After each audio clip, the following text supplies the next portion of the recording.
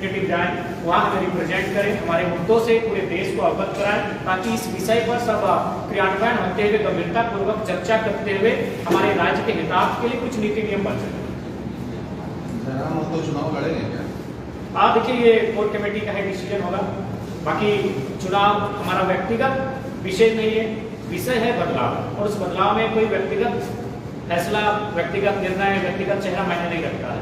क्योंकि अभी 2024 आते आते हमारी जिन परिस्थितियां झारखंड में उत्पन्न हो रही है और झारखंड की परिस्थितियों से लोग रूबरू हैं, बहुत सारे संकटों का सामना करना होगा। ऐसी परिस्थितियों में हम लोग व्यक्तिवाद न होकर एक आइडियोलॉजी की ओर आगे बढ़ेंगे और उसमें जो भी सर्वसम्मति से निर्णय होगा उसका हम अनुपालन करेंगे। वर्तमान सरकार का विरोध तो कर ही रहे हैं, आप भाजपा का भी विरोध कर रहे हैं। जैसा आपने बताया कि 2024 के चुनाव में आप कुछ सीट आपकी आ जाती है, जब तक आप सत्ता में नहीं आएंगे तो बदलाव कैसे करेंगे? तो किस पार्टी के साथ मिल जाएंगे? देखिए, उसके लिए हम लोग केजरीवाल के तर्ज पर अपेंड करेंगे, अपने जनता से हम लोग राय लेंगे कि हमें किसके साथ समर्थन देना चाहिए, विपक्ष में रहना चाहिए या सरकार जो बन रही है उनके साथ समर्थन देना चाहिए।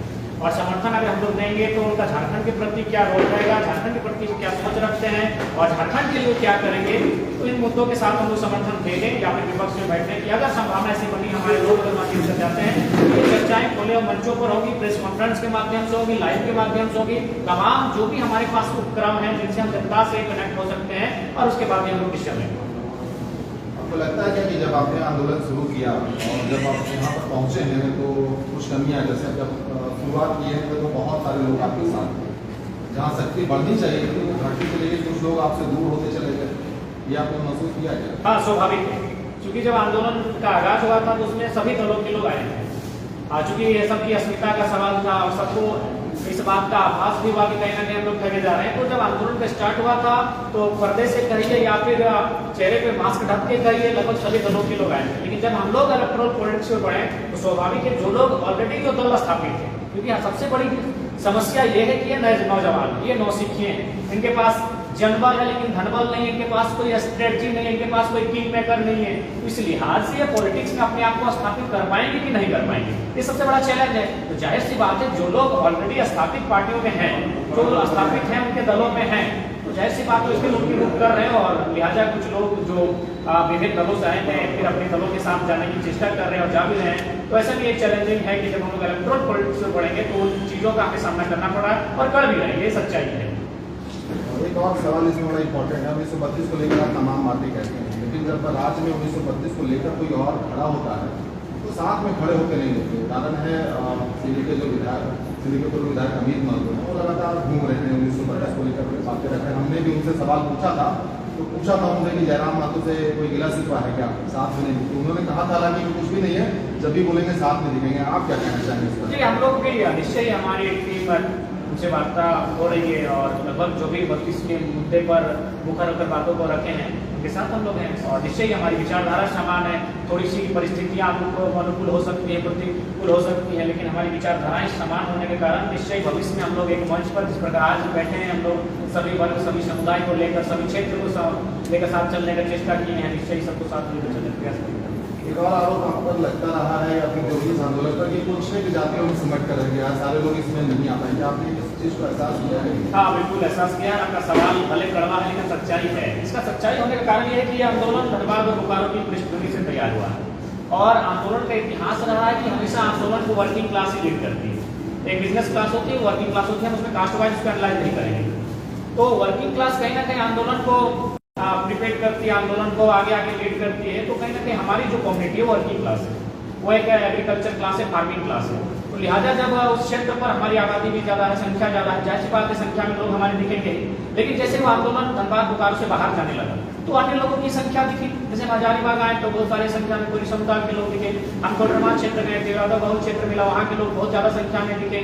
अन्य स्वर्ण वर्ग के भी लोग दिखे, आदिवासी वर्ग के लोग भी दिखे। सिमडेगा गुमला में हाल ही फिलहाल कुछ दिन बाद में एक छोटी सी कार्यक्रम है। तो चूंकि स्टार्टिंग जिस पृष्ठभूमि से आंदोलन हुआ है वो कहीं ना कहीं महत्व बहुल क्षेत्र, कुर्मी बहुल क्षेत्र, और गढ़ सबसे खास बात है उनका लड़ाई का इतिहास ही रहा, तो लड़ने के लिए निकल चुके हैं।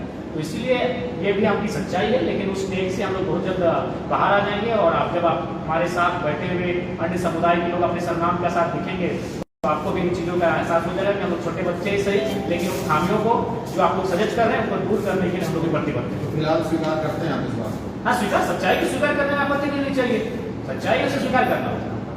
तो कैसे लाएंगे लोगों को साथ में, कैसे जोड़ेंगे? क्या सबसे बड़ी बात है आइडियोलॉजी कि भाई वास्तव में झारखंड के साथ हो क्या रहा है, या फिर जो भी नुकसान हो रहा है क्या किसी जाति विशेष का हो रहा है। जो भी विषय है, चाहे नियोजन की बात रहे, प्राइवेट सेक्टर की बात रहे, कॉन्ट्रैक्ट की बात रहे, एजुकेशन की बात रहे, या फिर कंपनी द्वारा लैंड एक्विजिशन की बात रहे, या फिर जो भी मैटर सामने आ रहे हैं, क्या उससे केवल और केवल एक समुदाय के लोग प्रभावित हो रहे हैं? नहीं हो रहे हैं। तो इन मुद्दों के साथ, इन बातों के साथ, इन विचारधाराओं के साथ निश्चय ही लोग एक साथ जुड़ेंगे, बैठेंगे और इन चर्चाओं के ऊपर विराम भी लगेगा और हम लोग एक नए सिरे के साथ, एक नए इलेक्ट्रल पॉलिटिक्स की ओर कदम बढ़ाते हुए दिखेंगे। आपको लगता है कि झारखंड में घुसपैठ की भी समस्या, आप बिहारियों के बारे में बात करते हैं, देखिए उत्तर प्रदेश के बारे में बात करते हैं, कभी बांग्लादेश के बारे में बात नहीं करते? नहीं, क्यों नहीं, हमेशा कहें, चाहे हम तो स्पष्ट कहें कि प्रदेश हो या विदेश हो, बंगाल हो या बांग्लादेश हो या बिहार, उत्तर प्रदेश। ये सवाल इसलिए पूछेंगे, आपका सवाल जमीन है। देखिए, जो हमारे भूभाग में रहते हैं, जो हमारी भाषा संस्कृति से अवगत है, वे लोग हमारे हैं, वे लोग इस क्षेत्र की आइडेंटिटी को धारण करते हैं। बाकी जो लोग डबल आइडेंटिटी रखते हैं, वो किसी क्षेत्र के रहें, किसी राज्य से रहें, हमने तो स्पष्ट कहा किसी राज्य की डेमोग्राफी को बदलना कहीं ना कहीं एक वार क्राइम होता है। आप उस राज्य की, उस क्षेत्र की डेमोग्राफी को नहीं बदल सकते हैं। बाकी व्यवहार होना, व्यापार होना, ये अलग विषय है, आप डेमोग्राफी को नहीं बदल सकते हैं। तो डेमोग्राफी बिहार से बदली जा रही, यूपी से बदली जा रही है, बंगाल या बांग्लादेश से, डेमोग्राफी बदले जाने का हमको कोई जरूरत नहीं। बिहारियों का वोट आपको नहीं चाहिए होगा क्या 2024 के चुनाव में? जिन्हें बिहार के लोग भी वोट देंगे, लेकिन कौन बिहारी वोट देंगे, एक बात बताइए। जब हमारी लड़ाई है डबल, हम तो कभी बिहार या झारखंड की बात नहीं है।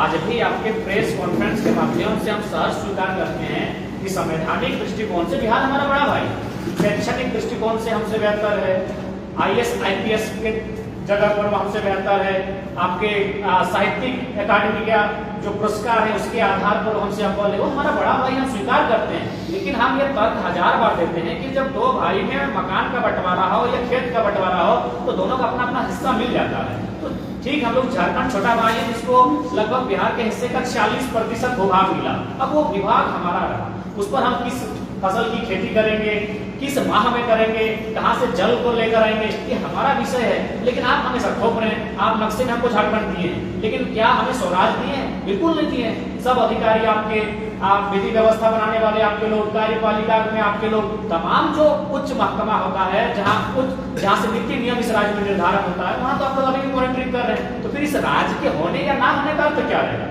जब तक हमें स्वराज की व्यवस्था का अनुभव नहीं होगा, जब तक हमें सन ऑफ सॉइल के सिद्धांत का अनुपालन यहाँ नहीं दिखेगा, तो फिर अलग राज्य होने का मकसद नहीं दिखेगा। इसलिए बिहार से हमारा कोई वैर नहीं हो, हमारा बड़ा भाई सहज स्वीकार करते हैं। और हम ये भी स्वीकार करते हैं, बंगाल और उड़ीसा भी हमारे 4 भाइयों में से हैं, उनको अपना अपना हिस्सा मिल चुका है, वो अपने अपने हिस्से में खुश है, अपनी अपनी भाषा संस्कृति का सृजन कर रहे हैं, उत्थान कर रहे हैं, उन्नति कर रहे हैं। तो वही अवसर हमें भी दिया जाए। जिस प्रकार उड़ीसा अपने लोगों के साथ अपनी भाषा के साथ उन्नति कर रहा है, बंगाल अपने लोगों के साथ अपनी भाषा के साथ उन्नति कर रहा है, बिहार अपने लोगों अपने रोजगार के साथ उन्नति कर रहा है, हमें झारखंड के लोगों को भी हमारी जो आइडेंटिटी है, हमारे जो विषय है, उनके साथ उन्नति करने का अवसर मिलना चाहिए। पंचायत न्यूज से अमित, आपने अधिवेशन किया, उसके बाद आज 10 से 12 दिन, लेकिन अभी तक आपने संगठन का विस्तार नहीं किया, तो क्या ये संगठन आपका सिर्फ आप ही के चेहरे से चलेगा? नहीं, संगठन का काफी विस्तार हुआ। अगर संगठन का विस्तार नहीं होता तो हजारीबाग कैसे बैठ पाते? आज अगर हम हजारीबाग में प्रेस कॉन्फ्रेंस करने के लिए बैठे हैं, हमारे बगल में संजय मेहता, संजय महातो, रतन जी, हमारे बीच महेंद्र प्रसाद जी बैठे हैं, तो कहीं ना कहीं ये संगठन का विस्तार हुआ है, तभी इनके बीच हम आकर बैठे हैं और आप लोगों से हम प्रेस कॉन्फ्रेंस के माध्यम से बात कर पा रहे हैं। तो निश्चय देखिए, हर चीज पब्लिकली नहीं होती है, कुछ क्योंकि हम लोग जाहिर सी बात है, हमारे पास कोई विशेष रणनीतिकार है नहीं। हमारी अगर सारी चीजों को अगर हम पब्लिकली कर देंगे तो बाकी लोग भी वॉच कर रहे हैं, उतना तो छोटे नीतीश कुमार वॉच कर रहे हैं हमारे आंदोलन को, तो ये लोग हमें वॉच कर रहे हैं, हमें कभी भी डिस्टर्ब कर सकते हैं। इसीलिए कुछ चीजें हम लोग अंदर खाने से बहुत ही गतिमान तरीके से जारी रखें। और जितने भी जिस आंदोलन से जो पीछे से जो आपको सपोर्ट करते आए हैं, सबको आप जैसे जैसे आप आगे बढ़ते गए, वैसे वैसे आपके पीछे वाले लोगों को सबको छोड़ते गए, तो उनको कभी एकजुट करेंगे? नहीं, देखिए ऐसा नहीं है। कुछ लोग ऐसे हो सकते हैं, अब उदाहरण के लिए हमारे बीच महेंद्र दाही या संजय दाही कुछ पल के लिए नाराज है, तो हम लोगों से कहा दादा अगर कुछ भूल चूक हुई उसकी क्षमा याचना रहेगी। देखिए इंसान, हम लोग हर उस विषय का, हर उस सिद्धांत का अनुपालन करते हैं जिससे कि हमारे मजबूती हो। तो जाहिर सी बात है, जब हम लोग मनुष्य हैं तो जाहिर सी बात है कुछ भूले होंगे। इससे महाभिषण की बात करें तो हम लोग को उम्मीद नहीं थी कि इतनी संख्या में लोग जुटेंगे। हमारी व्यवस्था जिस प्रकार से हम लोग अरेंज किए थे नहीं हो पाई। हम उस महाधिवेशन का मुख्य वक्ता या फिर जो भी होने के बाद हमको 2 घंटा जंगल से जाकर कार्यक्रम को सुनना पड़ा। हम इसलिए जंगल में चले गए कि हमारे साथ लगभग 10% भीड़ भी चली गई ताकि उस जगह को मैनेज किया जा सके। तो ऐसी चीजें आई, इसी कारण हमारे भी कुछ साथी जाहिर सी बात है अपने अंदर की जो पीड़ा है उसको उन्होंने प्रदर्शित किया और उसको हमने भी अनुभव किया। उनसे क्षमा याचना किया। क्षमा मांगने से ना हमारी हाइट घट गई, ना हमारे नाम से स्पेलिंग घटा, लेकिन वे लोग वापस हमसे जुड़ गए। कांग्रेस और सत्ता पक्ष से जुड़े हुए लोग आरोप लगा रहे हैं कि आप बीजेपी की बी टीम कैसे देखते हैं? देखिए, सबसे पहली बात तो मैं झारखंड मुक्ति मोर्चा जो कि सत्तारूढ़ दल की सबसे प्रमुख चेहरा है, प्रमुख दल है, वे ऑलरेडी बीजेपी आइसोलेशन गवर्नमेंट बना चुके हैं। तो अगर वे हम लोग कभी एस्टेब्लिश नहीं हुए, हमारे एक ऑथेंटिक मुखिया नहीं है हमारे दल से, विधायक तो दूर की बात है, हम कभी वोट इलेक्शन पॉलिटिक्स में भाग ही नहीं लिए हैं और हम पर अगर आप इस प्रकार का आरोप लगा रहे हैं तो हमें लगता है उन्हें अपने गिरबान को स्वयं ढांकना चाहिए, अपने चरित्र को स्वयं आकलन करना चाहिए कि आप जिन चीजों को हमें बता रहे हैं, जरा सी आपको मौका मिलती है, आप मौका प्रस्त बन जाते हैं और उनके साथ स्वयं सरकार बनाते हैं। और आपको आज हमारे प्रेस कॉन्फ्रेंस के माध्यम से कहना चाहेंगे, यदि माननीय मुख्यमंत्री जी के ऊपर विशेष दबाव अगर बढ़ा ईडी वगैरह का, तो 2024 में भारतीय जनता पार्टी और झारखंड मुक्ति मोर्चा संयुक्त रूप से चुनाव लड़ेगी। इस पर कोई सवाल भी नहीं। आपने चुनाव के लिए तो अनाउंसमेंट कर दिया कि चुनाव में आ रहे हैं, लेकिन इसमें कोई दो राय नहीं कि आपका चेहरा पूरे झारखंड में चमक रहा है। लेकिन आपके अलावा कोई ऐसा चेहरा देखा नहीं जो परिचित हो, कैसे चुनाव में जाएंगे, कैसे चुनाव लड़ेंगे, इसको लेकर कभी आपने सोचा क्या? क्योंकि आपके अलावा कोई और दूसरा तीसरा चौथा चेहरा ऐसा नहीं हो जो कि नोन हो पूरे झारखंड में, जिस तरीके से आप दिख रहे हैं, जैसे संजय राव दिख रहे हैं, मनोज दा दिख रहे हैं, देवेंद्र दा दिख रहे हैं, मोदी साहब दिख रहे हैं। इस तरह धीरे धीरे करके बहुत सारे लोग आएंगे सामने और उन्हें एस्टैब्लिश करना हमारा दायित्व होगा और हम लोग सभी एक टीम वर्क के तहत उनको भी स्थापित करेंगे। जाहिर सी बात है, आइडियोलॉजी की लड़ाई है, ये पर्सनैलिटी की लड़ाई नहीं है, ना पर्सन की लड़ाई है। तो ये चैलेंजिंग विषय है और आप जैसे सवाल करते हैं ना, तीखे सवाल उनका हम लोग प्रयास करते हैं उनका बेहतर हो सके, इसलिए आप उम्मीद करते हैं आज की प्रेस कॉन्फ्रेंस में तमाम मीडिया बंधु आप लोग हमारी कमियों से भी हमें वाकिफ कराएं ताकि हम लोग सीख कर लें। ऐसे ही जरूरत पड़ेगी चुनाव में, स्वाभाविक है, बैनर के लिए, झंडे के लिए पड़ेगी। बाकी हम लोग कहाँ से आएगा? देखिए, आप तो सार्वजनिक हम कर दिए, ओमान से, सऊदी अरब से, यूएई से, मलेशिया से, ट्यूनेशिया से, मॉरिशस से, नेपाल से, काफी देशों से लगभग एवरेज 200-250 करके चंदा है। लगभग हमको लगता है 1000 लोगों ने चंदा डोनेशन किया है। तो जब चुनाव की बात आएगी तो मुझे लगता है वो 1000 लोग कहीं 10,000 का बन जाए। तो हमारा जो ताकत है कि जो लोग अब हमें वोट देंगे, निश्चित हमें वोट भी देंगे और नोट भी देंगे। तो हमारी ताकत है क्राउड फंडिंग और जो क्राउड फंडिंग के आधार पर ही चुनाव लड़ने का सपना ख्वाब पाले हैं उसे हकीकत में भी तब्दील करेंगे। चुनाव लड़ने के बाद किसी के साथ मिल तो नहीं जाएंगे ना? देखिए, हम लोग विलय नहीं होंगे। अगर किसी के साथ गठबंधन होगा तो वो जनता के निर्णय, जनता की रायशुमारी, जिस प्रकार हम हर चीज ऑनलाइन आकर अपील करते हैं, एक रायशुमारी करते हैं, उनका स्टेटमेंट जानते हैं, उसके बाद ही इस प्रकार की कोई बात हम लोग कर पाएंगे। आपके आकलन के हिसाब से अभी फिलहाल अगर आपसे पूछा जाए तो कितने जगह आप चुनाव लड़ सकते हैं, कितने विधानसभा में चुनाव लड़ सकते हैं? देखिए, अगर बात करी जाए तो हमें लगता है कम से कम 14 में से 7-8 लोकसभा में हम चुनाव लड़ सकते हैं। विधानसभा की बात कही जाए तो उत्तरी चुनाव नागपुर के मैक्सिमम सीटों पर हम लड़ सकते हैं, बुरहान की सीटों पर लड़ सकते हैं और रांची की सीटों पर लड़ सकते हैं। हम लोग श्रद्धा की एकाध सीटों, देवघर, चतरा, जामताड़ा और गोंडा। हजारीबाग में प्रेस कॉन्फ्रेंस कर रहे तो हजारीबाग की किस सीट और किस विधानसभा पर आपकी नजर है? जैसी बात है, जब लोकसभा सामने है तो हम लोग की नजर लोकसभा सीट पर है, हजारीबाग लोकसभा। विधानसभा में कौन सी सीट से लड़ेंगे? हाँ, जब लोकसभा में अगर देखिए, लोकसभा में हम लोग आकलन कर लें, अगर लोकसभा में हमारा प्रदर्शन बेहतर रहता है, संतोषजनक रहता है, तो जाहिर सी बात है हम लोग उसके हिसाब से अकॉर्डिंग लोकसभा हम लोग विधानसभा में जाएंगे। कैंडिडेट का चुनाव कैसे करिएगा? मुश्किल नहीं होगा? हाँ, कैंडिडेट का चुनाव करना मुश्किल होगा, लेकिन उसके लिए आज के डेट में जब युवा इतना कुछ सेक्रीफाइस किए हैं तो निश्चय ही कोई अपनी महत्वाकांक्षा लेकर पॉलिटिक्स में नहीं आना चाहता है, वो राज्य की दशा और दिशा को बेहतर करने के लिए आना चाहता है। ऐसी परिस्थितियों में समस्या होंगी, लेकिन मुझे लगता है इस समस्याओं का भी निदान होगा और बेहतर जो हमारे कैंडिडेट होंगे वो अपने आप में फ्रेश होकर ट्रेडिशन होकर सामने आ जाएंगे। कोई चेहरा बताने की स्थिति में है अभी? तो फिलहाल तो स्थिति में नहीं, लेकिन बहुत कम समय के बाद आपको कुछ चेहरे दिखेंगे जो मैंने हजारीबाग लोकसभा का प्रतिनिधित्व करने का सामर्थ्य रखते हैं। जयंत हजारीबाग से जयंत सिंह और उनके पिताजी बीजेपी का कब्जा रहा है हजारीबाग लोकसभा से, तो क्या आप अभी अगर बीजेपी को आप मात दे पाएंगे? बिल्कुल, क्योंकि अभी तक हमारे जो वोटर्स थे उन्हें एक आइडियोलॉजी नहीं मिली, उन्हें ये नहीं मिला था कि ये लोकसभा में करेंगे क्या। अब हम उन्हें प्री प्लानिंग बताएंगे कि लोकसभा में हमारा क्या रोल रह सकता है, क्यों नहीं मानते। बीजेपी अगर बात करती है अपना शहरीकरण बोर्ड की, तो हजारीबाग के अलावा जो भी बाकी 4 विधानसभा है वो ग्रामीण है। मानपुर ग्रामीण है, बड़का गांव ग्रामीण है, रामगढ़ ग्रामीण है, बरी ग्रामीण है, तो हमारे पास भी बहुत बड़ा वोट बैंक है। निश्चय हम लोग माप देंगे, बस स्ट्रेटेजी होनी चाहिए और आपके पास विजन होना चाहिए कि लोकसभा आप जाएंगे तो वहां जाके क्या करेंगे। पर जाहिर सी बात है, परिवारवाद का अर्थ होना चाहिए, बिल्कुल होना चाहिए। आपके अधिवेशन के बाद जो रिजवान आपके मंच पे दिखते थे, उन्होंने अलग पहले ही बनाया, 6 महीना पहले बनाया, उन्होंने कैंपेनिंग चालू कर दिया। नहीं देखिए, जो हमारा अधिवेशन था 2 दिन पहले उनसे बात हुई, उनको कहा कि आप विलय कीजिए और आइए, साथ में आइए। तो उनको पता नहीं उनका क्या इच्छा है, बाकी उनका सम्मान है, उनका आदत है और निश्चय ही हम लोग तो प्रयास कर रहे हैं, लगातार बात कर रहे हैं। ये हो सके जो हमारे जो लोग हमें एस्टेब्लिश होते हुए नहीं देखना चाहते उनकी कोई साजिश हो सकती है, बाकी वो हमारे अच्छे बड़े भाई स्वरूप है। नहीं, आप जान रहे हैं कि हम लोग साधारण लोग हैं, साधारण जीवन जीना पसंद है। साधारण होने के कारण ही चुनाव में सफल हो पाएंगे, नहीं तो फिर ईडी का प्रेशर पड़ेगा, सीडी का प्रेशर पड़ेगा, तो फिर आपके जो सिद्धांत विचारधाराएं चरमरा जाएंगे। तो सबसे पहली बात है, नए युवाओं को समझना होगा कि ये लोग की राजनीति को त्यागना होगा। लोग के कारण ही हमारे तमाम नेता फंसे हैं, चाहे हेमंत बाबू रहे, सुरेश बाबू रहे, बाबूलाल जी रहे या अन्य लीडर रहे। अपना व्यक्तिगत लोग के कारण ही आज माने केंद्रीय दलों के आगे नतमस्तक हो जाते हैं। तो लोग की राजनीति से बाहर आना होगा, चाहे फॉर्चुनर रहे चाहे स्कॉर्पियो रहे, लोग की राजनीति से बाहर आना। सर, आपके बातें सुन करके आपके लोगों के अंदर आस जगी, झारखंड आज के कितना खड़ा उतरेगा? क्या देखिए हम नेताओं को किस तरीके से बदलते हैं लोग, दूसरे को देखने को नहीं मिलेगा। देखिए क्या कहना चाहिए?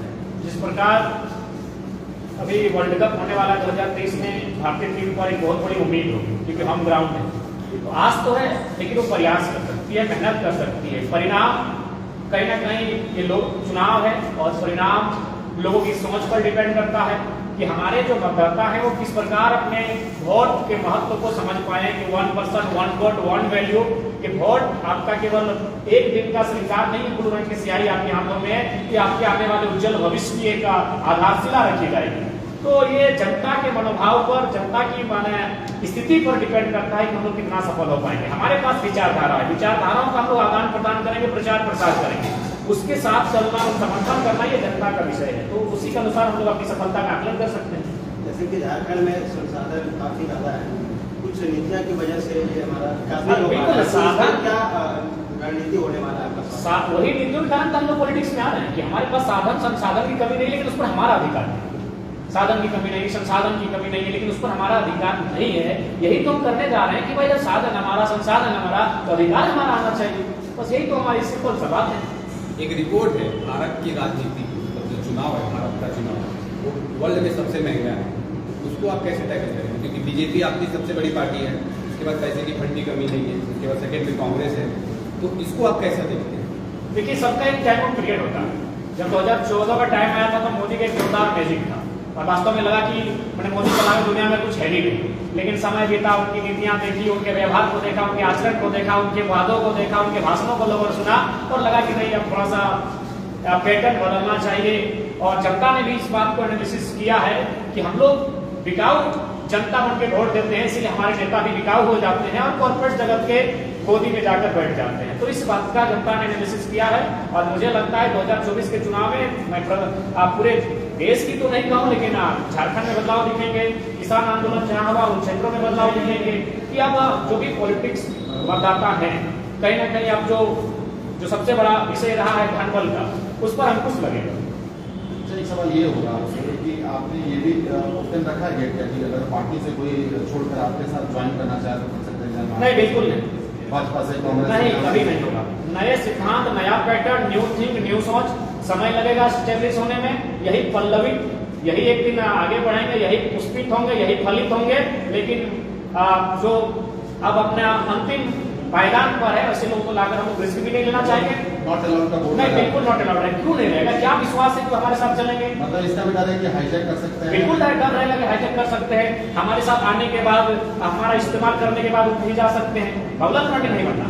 मतलब जो भी रहेंगे आप युवा ही रहेंगे इसमें? युवा ही रहेंगे, इस बात को तय मानिए। या जो भी रहेंगे नए चेहरे ही रहेंगे, कोई पार्टी से नहीं आएंगे, किसी पार्टी में से नहीं। खासकर जो रूल कर चुके हैं पॉलिटिक्स, वैसे तो बिल्कुल लड़ना। अगर ऐसा बात कहिएगा तो मैं आपको अंदर खाने बता रहा हूँ, अभी एक प्रोजेक्ट में झारखंड सरकार के 1-2 मंत्री संपर्क किए हैं। हालांकि आपको यकीन नहीं करेंगे, लेकिन हम झूठ नहीं कहते, हर बात को हम स्वीकार करते हैं। 1-2 मंत्री संपर्क किए हैं और लगभग आधा दर्जन विधायक संपर्क किए हैं और पूर्व सांसद 3 पूर्व सांसद संपर्क किए हैं। जाहिर सी बात है, भले लोग हम लोग हल्के में ले रहे हैं, लेकिन जब एक क्रांति आती है, चाहे जयप्रकाश नारायण हो या किन्हीं और की क्रांति हो, क्रांति इसी तर्ज पर आती है, कोई उम्मीद नहीं करता है और एकाएक आती है। और भले जो लोग हम हल्के में ले रहे हैं, उन्हें कहिएगा नीतीश कुमार गंभीरतापूर्वक हमें वाच कर रहे हैं। उसी का उदाहरण है कि कुछ दिन पहले आते हैं, झारखंड मुख्यमंत्री महोदय से मिलते हैं और जाके बिहार में ऑपरेट का काम करते हैं। ये एकाएक नहीं है, ये प्री प्लानिंग है, क्योंकि वे भली भांति जानते हैं आज की पॉलिटिक्स में नीतीश कुमार जैसे सुलझे हुए इंसान बहुत कम दिखेंगे। उनकी जो इच्छा है, हमें उनकी इच्छा का सम्मान करते हैं, बिल्कुल पीएम कैंडिडेट योग्य हैं वही। तो वे जाहिर सी बात है, जब उनकी पार्टी नेशनल नहीं बनेगी तो अभी एक क्षेत्रीय पार्टी के रूप में उनको अपना 6% 3 राज्यों में, जैसा कि जानकारी है, आपका वोट परसेंटेज होना चाहिए, 3 राज्यों में आपके विधायक होने चाहिए, कुछ परसेंटेज है, तो उसके लिए झारखंड को टारगेट करेगी, क्योंकि झारखंड बिहार से अलग हुआ है। और किस बेसिस पर टारगेट करेगी? छोटा भाई के नाते। तो इसीलिए जब देखा कि झारखंड में 60-40 है, वो वहां 57-43 में चली गई, 3 नीचे ही चली गई है। तो लिहाजा इसको आप हल्के में नहीं ले सकते हैं। यही आपके राज्यसभा सांसद माननीय खीरू महतो जी जाते हैं, सम्मान करते हैं, उनका आदर करते हैं, लेकिन वह राजनीतिक अंतिम पड़ाव पर थे, संन्यास की स्थिति में थे। उस शख्स को उठाकर अगर माननीय नीतीश कुमार अगर दिल्ली भेजे हैं, तो कहीं ना किसी आंदोलन के प्रभाव के कारण इस बात को आपको 1% भी मानिए, लेकिन मानना होगा। प्रदेश के मुख्यमंत्री में कोई अच्छी बात आपको नजर आती है? विरोध तो आप बहुत करते हैं, क्वालिटी तो आपने देखा होगा। हाँ, अच्छी बात है कि मैंने क्रिकेट अच्छा खेलते हैं, 70 लाख का सामग्री के साथ क्रिकेट खेलते हैं। तो जाहिर सी बात है, हम चाहते काश वो पॉलिटिक्स में ना हो। ऐसे भी तो गुरु जी के पुत्र थे, अगर वो क्रिकेट खेलते तो हमें लगता है कि एक बेहतर क्रिकेटर मिल जाता। हम लोग भी मैंने आज नाच करते हैं कि हमारे झारखंड से और एक बेहतर खिलाड़ी, और ये होना चाहिए। जितना स्ट्राइक आप मुख्यमंत्री को लेकर करते हैं, जबरदस्त स्ट्राइक करते हैं, जैसे चुनाव में आप खेलते हैं, क्योंकि अब चुनावी रणनीति भी उतना भाजपा के खिलाफ आप नहीं। देखिए, लोकसभा तो भाजपा के खिलाफ रहेगा ना। 14 में 12 सीटें एनडीए के पास है, 14 में 12 सीटें एनडीए के पास है। और अब देख लीजिएगा कि वो सुपर ओवर किसके साथ होगा। निश्चय ही जब हम लोकसभा में जाएंगे तो भारतीय जनता पार्टी हमारे सामने है। एक और बात का डर ये है कि वन मैन शो ये होकर आपके ऊपर बहुत दबाव होगा, भीड़ कैसे आएगी? जहाँ आप जाएंगे वही भीड़ आएगी। इस बात को पता नहीं, बहुत सारे लोग तो ये बात थोड़ा सा बुरा लगे, लेकिन जहाँ तक हम जज कर रहे हैं या फिर बहुत सारे लोग जज करते होंगे कि वन मैन शो होकर ना रह जाए, क्योंकि आपके ऊपर बहुत दबाव होगा। कैसे मैनेज करेंगे हर जगह भीड़ कैसे जुड़ाएंगे? क्योंकि भीड़ की ही नीति पूरी रणनीति तय करती है आने वाले चुनाव को। जी बिल्कुल, बिल्कुल बहुत ही गंभीर और चैलेंजिंग सवाल है आपका कि वन मैन शो नहीं होना चाहिए। और जाहिर सी बात, अगर ये वन मैन शो हो जाता है तो जिस प्रकार से जो लोग मैंने सत्ता में काबिज है वो स्टार्टिंग करती है। हमारे पास जाकर कहीं हम जाते भी हैं तो फर्जी एफआईआर वगैरह शुरू हो चुका है। तो 2024 आते आते हमारे पास बहुत ही ऐसी परिस्थितियां सामने आएंगी जब हमें चुनाव लड़ने से रोका जाएगा, या फिर झारखंड की पॉलिटिक्स में हुआ है, बहुत सारे हमारे लीडर्स के साथ हुआ है, तो ऐसी घटनाएं घटने की संभावना हो सकती है। तो इसलिए इसके लिए हम लोग लगातार रणनीति कर रहे हैं, अंदर खाने बैठ रहे हैं कि आखिर इससे हम लोग इस ट्रेक से कैसे बाहर आए। ऐसा नहीं लगता आपको कि आपने लोकसभा चुनाव में उतर कर जल्दी कर दी? अगर आपको राज्य की बातें करनी थी, आप राज्य की बात करते हैं, तो पहले सबसे प्रायोरिटी आपको विधानसभा देना चाहिए। आप पहले ही लोकसभा में। देखिए, सबसे पहली बात है, राज्य की बातें राज्यसभा और लोकसभा में भी होती है। क्योंकि आज हमारा जो विधेयक वापस हुआ और राज्यपाल महोदय के सम्मुख जाकर वापस हुआ है, और राज्यपाल कहीं ना कहीं सेंट्रल बॉडी है और सेंट्रल में एनडीए गवर्नमेंट है। तो हमारी विधि व्यवस्था या हमारे राज्य की जो स्थिति है उसे असंतुलन करने में कहीं ना कहीं केंद्र का रोल है। इसीलिए केंद्र के सामने भी जाकर हमें बहस करना होगा, उनसे भी आंख से आंख मिलाकर हमें इस बात का सवाल करना होगा कि हम आपको 40% खनिज संपदा देते हैं, बदले में आप आज 9 सालों में माननीय प्रधानमंत्री एक दिन की कैबिनेट दिखाइए जिसने अब सिर्फ झारखंड पर चर्चा की है। उनसे भी आंख से आंख मिलाना होगा। अब हम केवल केंद्र और माननीय मुख्यमंत्री का हाथ क्यों लेंगे? हम देश के प्रधानमंत्री से सवाल करेंगे कि यही विभाग आपको 40% खनिज संपदा देता है, जिसमें कोयला, अवराग, यूरेनियम, थोरियम इत्यादि इत्यादि है, तो आप एक दिन की कैबिनेट बताइए जब आपने सिर्फ और सिर्फ झारखंड पर डिस्कस किया। तो क्यों नहीं किया है, इसका सवाल तो सदन में ही होगा, क्योंकि यहाँ के माध्यम से सड़क से तो होगा नहीं, वो यहाँ से हम प्रधानमंत्री तक पहुंचेंगे नहीं। इसीलिए सदन में जाकर प्रधानमंत्री जो भी रहे, ऐसा नहीं है, पंडित जवाहरलाल नेहरू से लेकर नरेंद्र मोदी तक झारखंड ने सब कुछ दिया। जब पंडित जवाहरलाल नेहरू पहली बार झारखंड की सीमा पर कदम रखे थे सिंदरी में, उन्होंने कहा कि ये जो आधुनिक कल कारखाने हैं ये आधुनिक बन गए। आज हमने धड़ाधड़ जमीनों को दे दिया, इस उम्मीद से दिया कि कुछ विकास होगा, हमारे लोग को रोजी रोजगार मिलेगा। लेकिन आज उन कल कारखानों में आज भी स्थापित है, हमारे लोग एक चपरासी बनने के योग्य नहीं है, एक नौकर बनने के योग्य नहीं है। तो सवाल केंद्र से भी होना चाहिए। इसलिए हम लोग केंद्र जाने की तैयारी कर रहे हैं। अगर हम लोग पहुंच पाते हैं तो यकीन मानिए झारखंड की पॉलिटिक्स में ये चैलेंजिंग समय होगा कि कोई एक साधारण सा युवा वहां आंख से आंख मिलाकर अपने राज्य के हितार्थ के लिए सवाल करेगा। आज 14 सांसद हमारे गए, बताइए किसने गंभीरतापूर्वक किसी सवाल को रखा होगा? अगर एक भी सवाल है हमारे सांसदों के द्वारा जो गंभीर सवाल हो, जो रिस्की सवाल हो, जो जनमानस का सवाल हो, मुझे बहुत कम दिखाई देता है। इसके लिए चैलेंजिंग होना स्वयं को पड़ेगा। इसलिए हमारा मानना है वहां भी जाके हमें आंख मिलाना